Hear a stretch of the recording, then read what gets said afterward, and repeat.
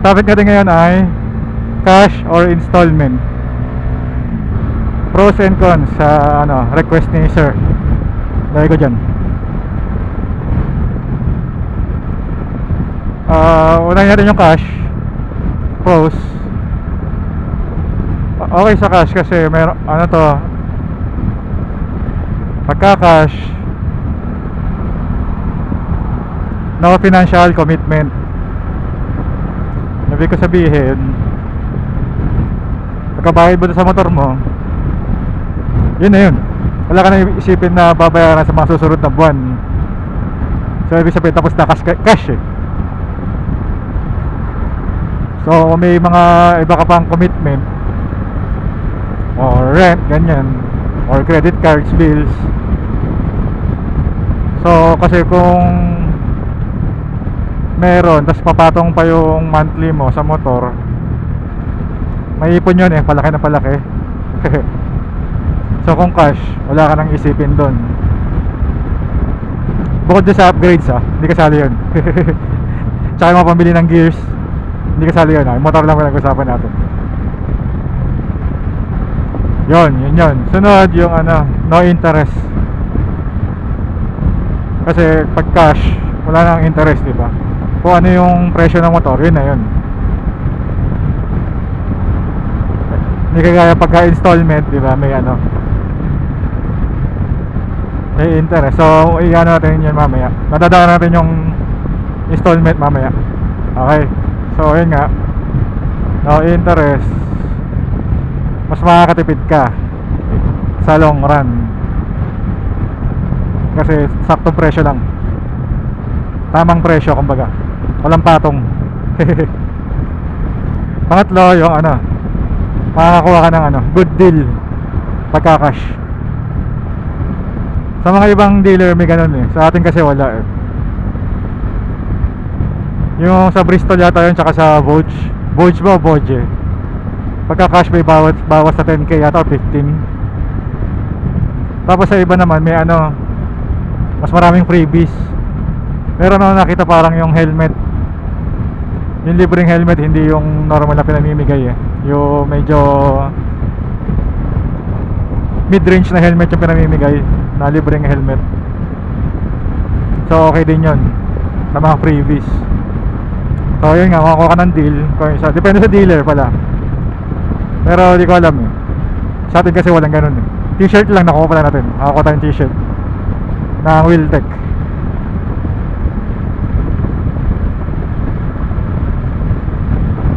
So yun yung mga pros ng cash para sa akin. Sunod, pros naman ng installment. Siyempre, unang-una, pag installment, yung small easy payments,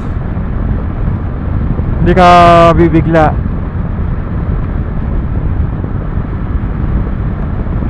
Kasi lang, kasi hati iba yan sa ilang taon eh, yung pinaka-presyo nya plus interest. So goods yun. Ka pa, hindi ka mabibigla sa gastos. Meron ka pang pandagdag sa upgrade. Pero wag sana sa upgrade. Okay, sunod yung ba sunod? Wider options. Paano natin nasabing wider options? Kasi ganito, kapag cash ka, yung ba, Dominar, UG 200 kagaya sa atin, may 200 ka, yun na yun, UG na yung bibili mo nun. Pero pag may 200 ka, kunyari gusto mo 150 lang, tapos yung installment mo, makakuha ka na Dominar UG. Tapos pwede ka rin kumuha ng ibang motor kasi yung 200 mo, kumbaga pag installment, maraming motor ang pwede doon. Pwede ka mag 600cc sa 200 na down payment, ang alam ko eh. Pero di ako sure sa pagka-presyo ng mga down payment Pero nai-guess ba yung sinasabi ko na maraming option, dahil pag cash hanggang 200 lang talaga. Pero kung 200 pera mo tapos installment kukunin mo, marami kang ibang option, di ba? Na yung 200 na down, maraming kang pwede makuha na motor na ibang motor. So gets nyo, di ba? Sana gets nyo. So wider option. Pangatlo sa pros ng installment, meron kang financial flexibility. Ito isa sa mga pinaka-importante para sa installment. Kasi pagka ibig sabihin sa financial flexibility, ewan ko kung tama yung term na yun. Ibig sabihin, halimbawa 200, kukunin mo si Doming UG2, UG 200 to bili ko. Ida-down mo yung 100, kasi 100 iwanan mo sa'yo. Kasi kung magaling ka kung may negosyo ka or magaling ka sa diskarte, yung 100 na yun pwede mo pampalaguin yun sa iba, para at least kumikita siya habang naka-standby yung 100 mo, diba? Baka pwede mo pa madoble yun sa loob lang ng ilang taon, diba? O isang taon madoble mo, okay na yun.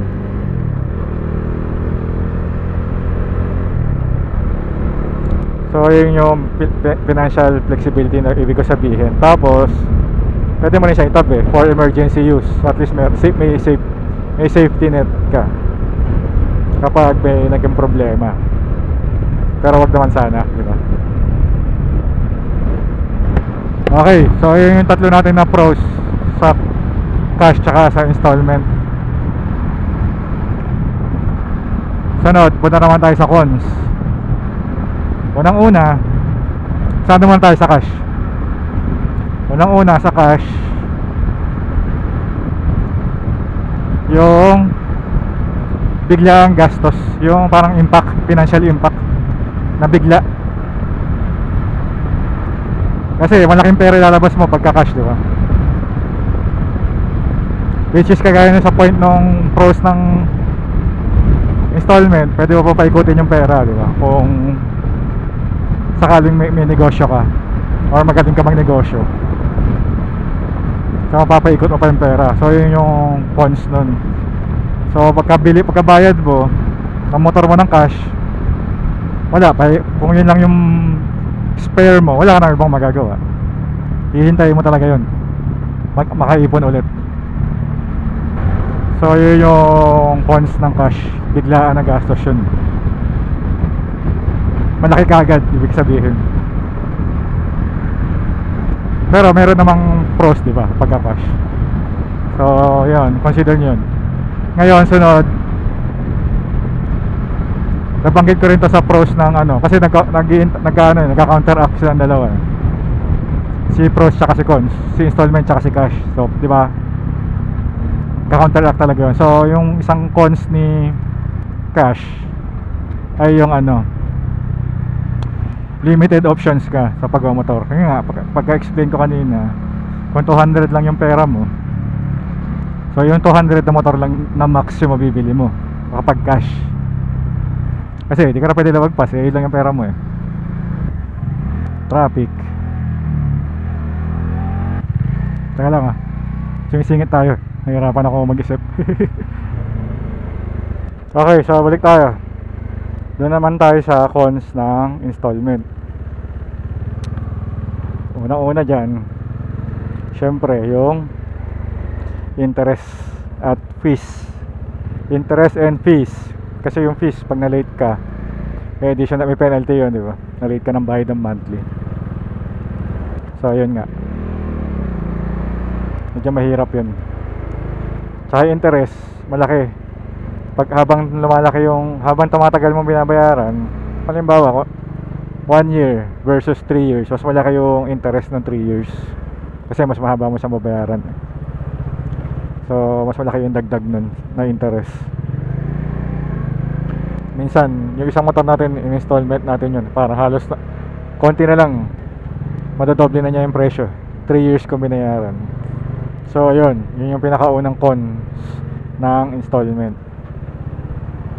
Pero may naman yan, di ba? May katumpas naman yan na na pros. Kagaya na sabi natin kanina. Pero isa yun sa mga naiisip ko.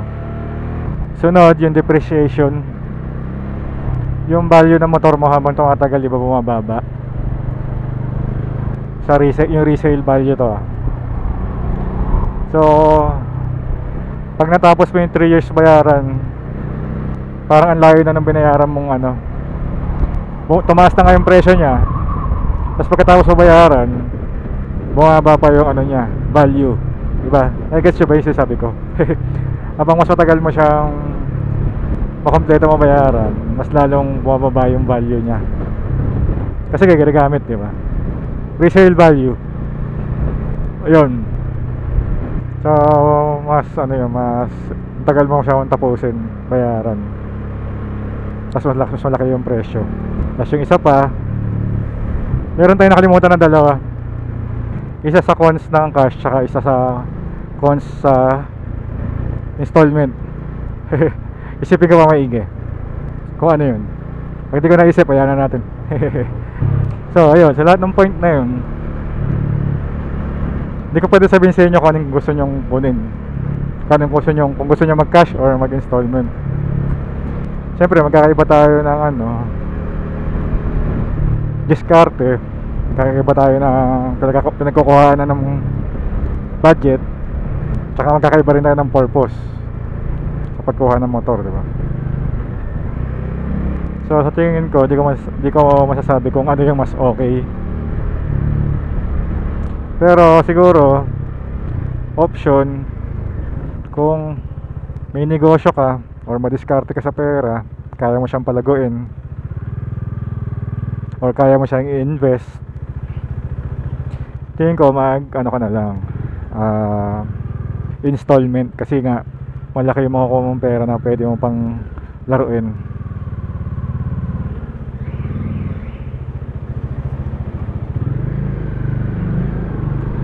Pero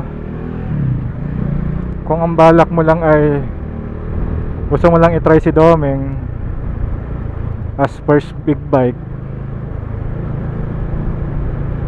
tingin ko mag-cash ka para tapos na kagad yung commitment mo.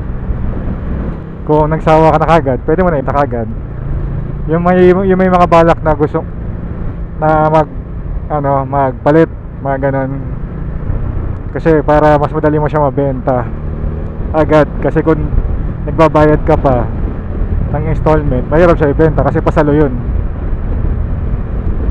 Mas maganda kung cash, mas madali mabenta. So ayun, so kung stay ka kay Domeng, siya lang wala ka pang ibang balak na magpalit, parang 4 keeps mo na siya, mag-installment ka. Kasi wala naman sa yung yung bumaba yung resale value niya kasi hindi mo naman ibibenta, di ba? So pwede ka na mag-installment. Consider mo lang yung mga cons tsaka pros na nabanggit natin kanina. Yun lang siguro yung purpose natin, ma-share natin yung idea natin kung ano yung okay sa mga mapanood. Sa tingin nyo, ano naging driving factor kung bakit kayo nag-installment or bakit kayo nag-cash? Kung sa tingin nyo, ano yung okay na option kung kukuha kayo ng bagong motor ngayon? Sa ano nyo, pa-explain lang para sharing tayo. Saka kung hindi masyado personal, i-share nyo na rin kung paano nyo ang diskarte nyo sa pag-ipon ng budget. Kung paano nyo na-diskartehan, kung paano kayo nag-ipon, ganun. Ako kasi nag-ipon ako kada sahod. Tapos pag may bonus, hindi ko ginagastos lahat, iniipon ko yung iba. Kaya natagalan. Sa bagay, hindi ko naman talaga wala man talaga akong bala kay Domeng nung mga panahon na yan. Nagkaroon na ako ng kasi nga lumipat kami ng Cavite, tapos pina-return to office na. So kailangan ko ng sasakyan, hindi kaya kotse. Tsaka hindi tayo marunong maneho ng kotse. So ayun, yun yung sana makatulong sa inyo kahit ako paano. Alam nyo na itong mga sinasabi natin, pero guide lang. Okay, sa mga bagong nakakapanood, subscribe, okay? Ayan, dito natin tapusin. Traffic na. Hanggang sa muli. Thank you na matindi. Love you.